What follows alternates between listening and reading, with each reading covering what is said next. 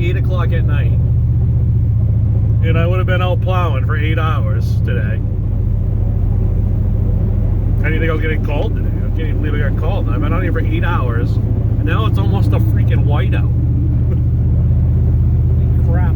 You just never know.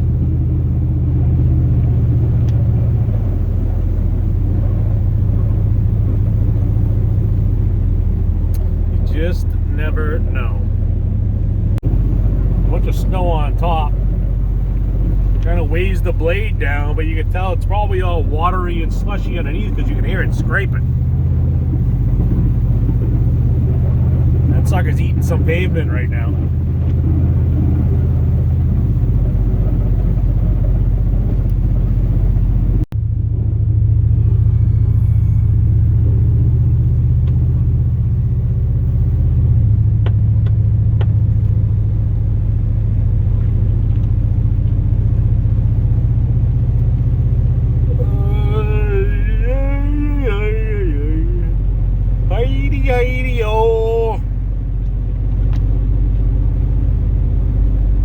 Look at the snow. Look at the snow. You can't see it, can you? God, I wish you could see it.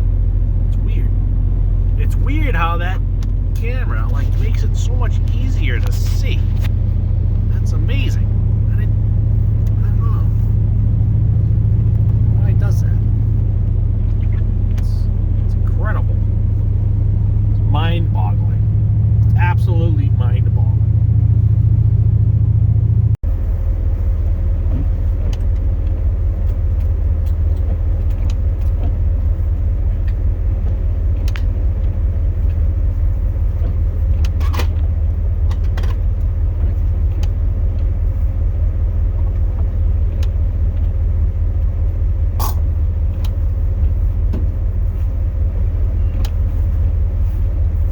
We stopped. Been a long time since I put 28 gallons, almost $100 of gas in this thing.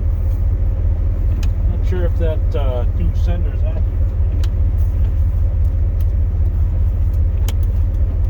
Jesus, I didn't expect that. Didn't expect that at all.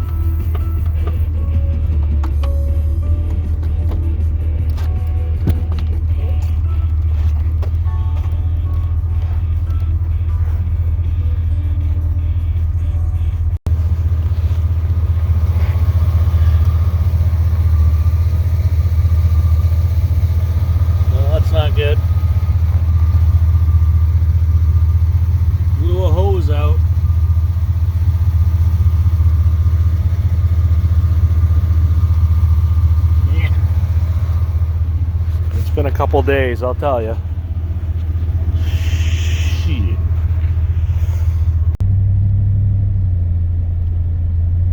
Well, head back to the highway garage. See if we can get a hose put on this thing. Can't really go plowing with floppy plow syndrome, so see if we got one in there that'll work. We'll probably have to swap some fittings over. I'll try to do it fast because there really ain't a whole lot, you know, left to do. It's just all the cleanup now, so it's a little time consuming, but that's why we need this thing here working. So see if we can go back there and get that hose swapped out, see how it goes. Well, I think we're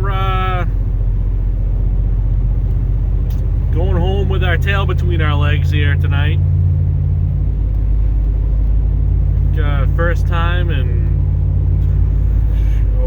I don't know, 24 years or so, something like that, I've ever popped a plow hose. First time in my life, 24 years, I've ever blown a hose. And I couldn't get it fixed. Usually,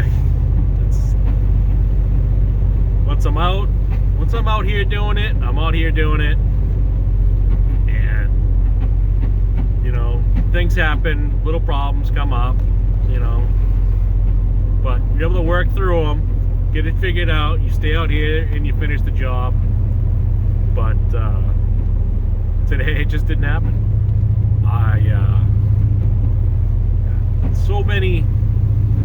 So many problems for this one storm. It's almost like it wasn't meant to happen. I don't know. I don't really believe in that at all. But if I did, this would be the time. Got a conglomerate of police cruisers here. What are they?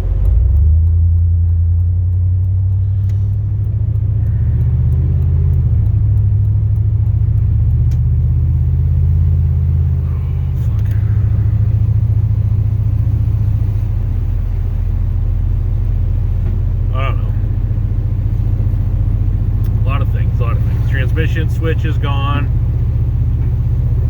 That's screwed up. Ordered one.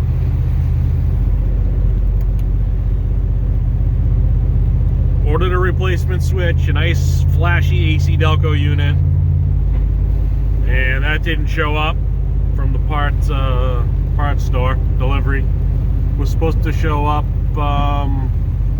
yesterday. Well, yeah, yesterday. It's still today. Well, today is today, and whatever. Anyway, it was supposed to be here yesterday. It didn't show up on the truck. And then today it snowed, and you know, the chances of it showing up today was going to be slim to none, and it didn't show up.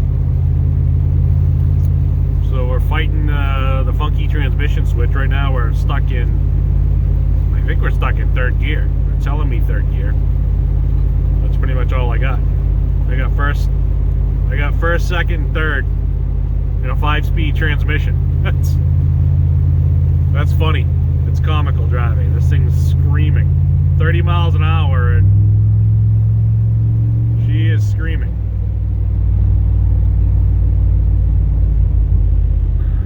And so there was that. And last Sunday, truck didn't start. Went, grabbed some lunch Sunday, and the truck wouldn't start. And it came back out. Fuel pump crapped out. So I got it running, because that's what we do. You know, I'm not going to call a tow truck if I don't have to. So I got it running with the key ring. Had a junk, you know, those little cheap wire key rings. Unraveled it. Stuck it in where the fuel pump relay goes, so it jumped the relay, so it was getting full power to the pump all the time. Grabbed a glass Samuel Adams mug that's been behind the seat of this truck for years. A lot of years, probably, I don't know, 3, 4, 5 years that thing's been behind the seat of this truck.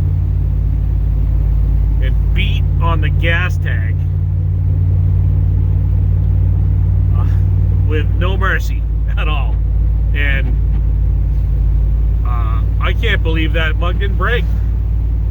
I was swinging that thing like a 5-pound hammer and it didn't break. And after a while, eventually got the truck started. Took a long time, a lot of beating, a lot of cranking. That AGM battery did its job. It was working. Eventually got it started. Drove truck back up to the shop. Fortunately, it started for me yesterday, so I didn't have to drag it into the shop. So it started up, brought it in the shop. That fuel pump's been done. Christ, we're probably on number 4. Fuel pump number 4, give or take 1 or 2, for the last 20 years.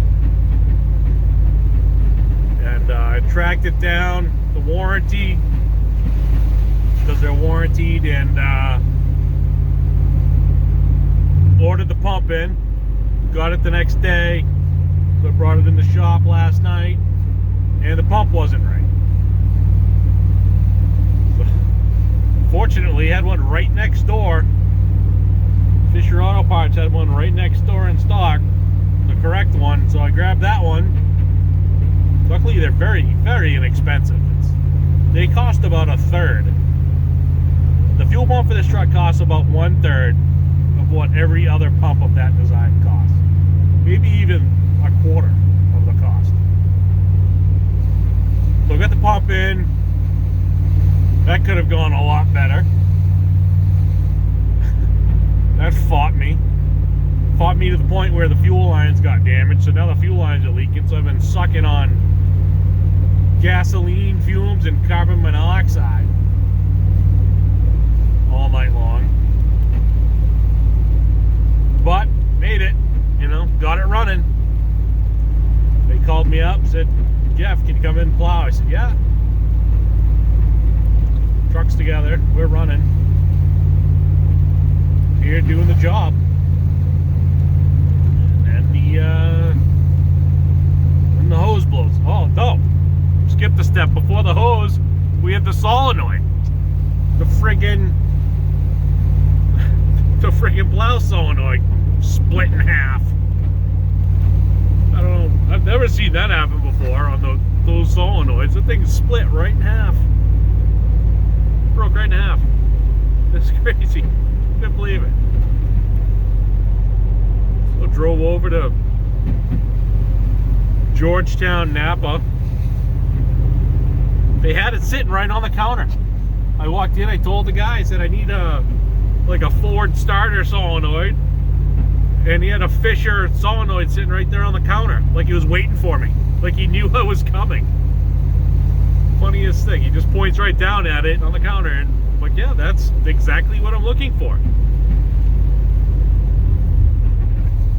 So I got that was 28 bucks. Got that solenoid. Drove back over to the shop. Hear the blouse.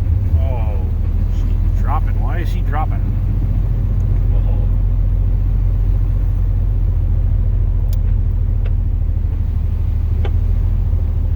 Thing's gonna be skipping off the ground all the way home. I just can't get it. Just can't get it up high enough.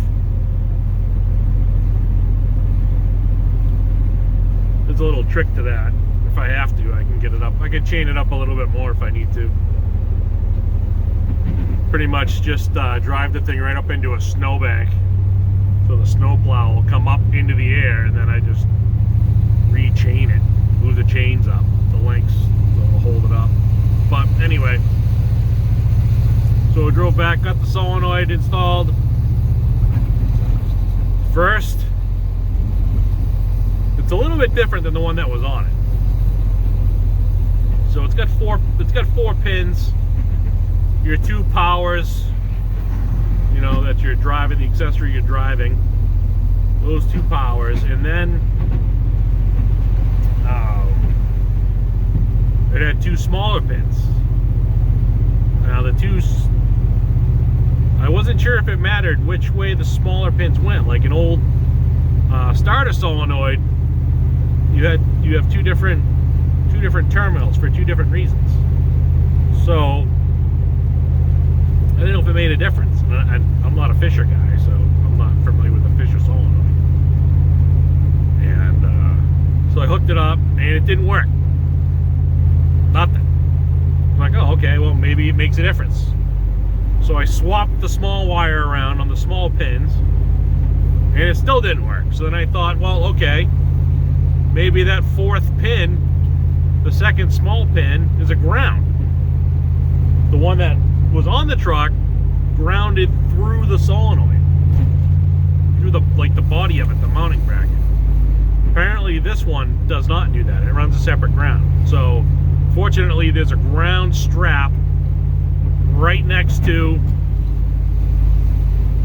the solenoid on the firewall, where I have it mounted on the firewall. So I just undid the ground strap, and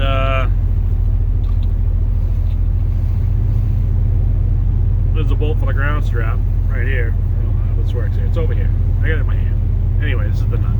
So took the ground strap and just routed the ground strap over to that 4th pin on the solenoid. So now to the ground, and tried that out, and it worked. So I guess that's how that's set up. I guess that's how that's made. So if you happen to have a Fisher, if you happen to be one of the 2 or 3 people that might watch this video, and you have a Fisher plow and you need to change a solenoid, or if you use to change a solenoid and use a Fisher solenoid, you're gonna have a ground. So your 2 heavy cables or your powers, hook those up like you normally would. Your trigger wire, your signal, whatever you want to call it, switching, and then the 4th pin, the 2nd small one, is a ground. So you gotta run a ground over to it. So that's how that works. So that was working. So we fixed that. Continued on with the day. That took all of 20 minutes, maybe, I don't know. Continued on with the day. Everything was going good. Plow's going up, down, left, right. It's flying. It's like Superman on the front of this truck. It's just flying everywhere. So plowing, and then all of a sudden I notice I'm pushing the snow back. I don't know if we had a camera on there or not at the time, but ended up with some floppy plow syndrome, where the thing was just kind of flopping left, right. It was like limp. And I got out, took a look, and sure enough, thinking I had a blown hose, and sure enough I had a blown hose. So yeah, that was pretty much the end of it. It's a super simple hose too. I mean, it's just a hydraulic hose. I guess it's like a 3/8. I don't know how that works. I would call it like probably a 3/8 hydraulic hose, and then it has 1/4-inch NPT pipe, pipe thread style fittings, male fittings on the end, and then you just screw your whatever fittings you're using onto the end of that. Quick disconnects or whatever you got. And I guess Fisher, in their infinite wisdom, likes to have a very special, hose. It's a cool hose. Don't get me wrong. They probably work fantastic, but they're specific, somewhat specific. A 1/4-inch hydraulic hose with a 1/4-inch NPT on the end of it is about as standard as it comes. I mean, it doesn't get any simpler than that. Like I said before, this plow is built very simple. I mean, I'm gonna go into a parts store, in 7 or 8 hours from now, probably any parts store, and I'm gonna be able to get that hose probably right off the shelf. It's simple and common.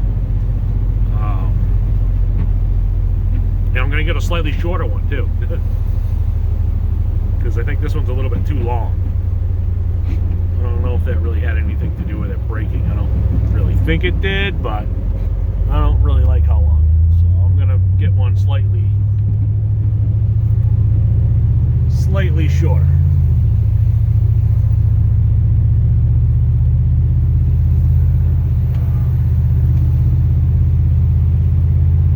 That's interesting, the car's just sitting there. Anyway, so that was it. So all the years I've been doing this, you know, having to quit out early, not too much earlier, maybe it was right at the end.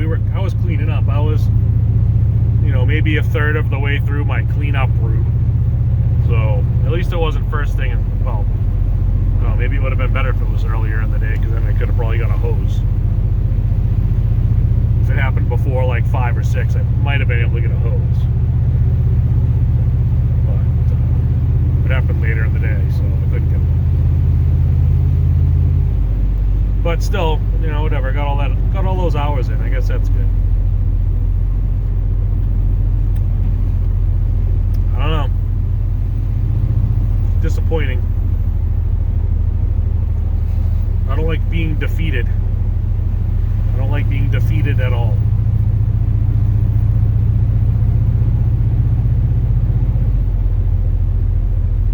Like somebody once said to me, it's us versus the world.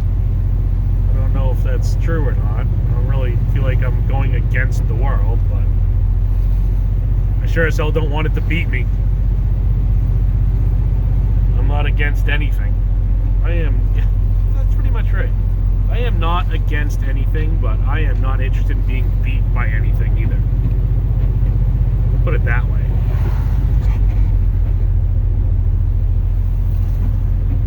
That's the way I'm gonna call that.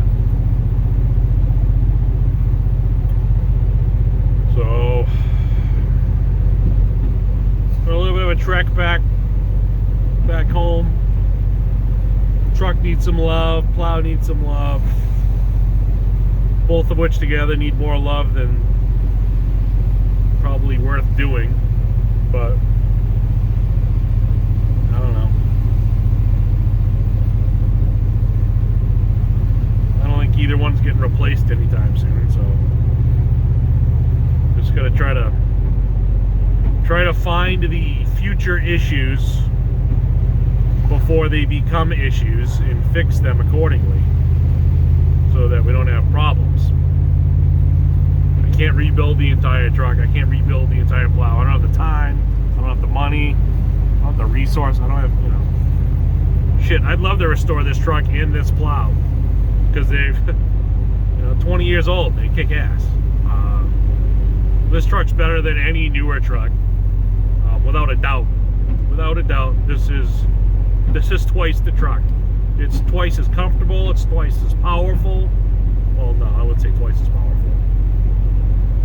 20 years later, and the biggest GM gas motor that they produce still doesn't make the same amount of torque as this one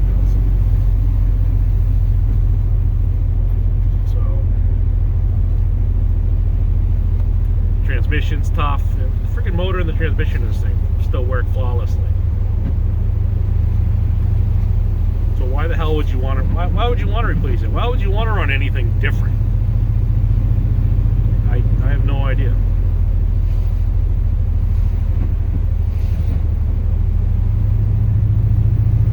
So I'm kind of babbling now. Kind of tired. It's late. I'm babbling. But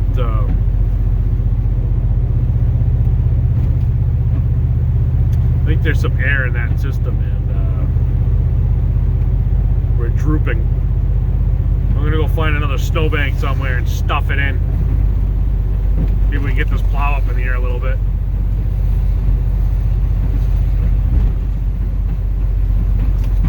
Throwing some sparks down there. Get some parking lots up here. I'm gonna go flying into a snowbank, push the plow up in the air, and then rechain it. Be good to go.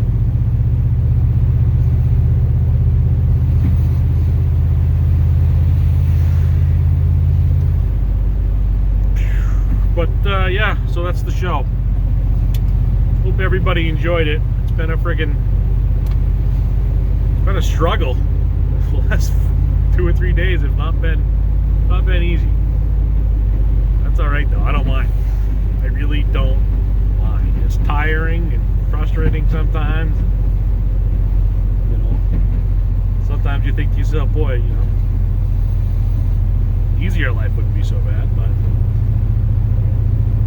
you know, sunny beaches and vacations, and mountain getaways and cabins, and tiki huts and whatever.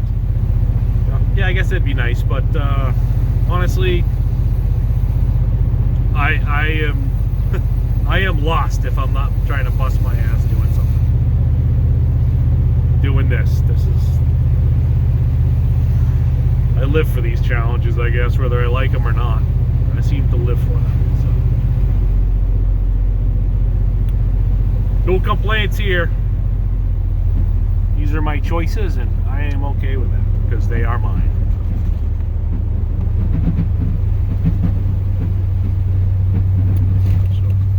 Yeah, so that's the show anyway. So, hey, thanks for watching. Coming along. Hope everybody has a good night. Peace out. Bye.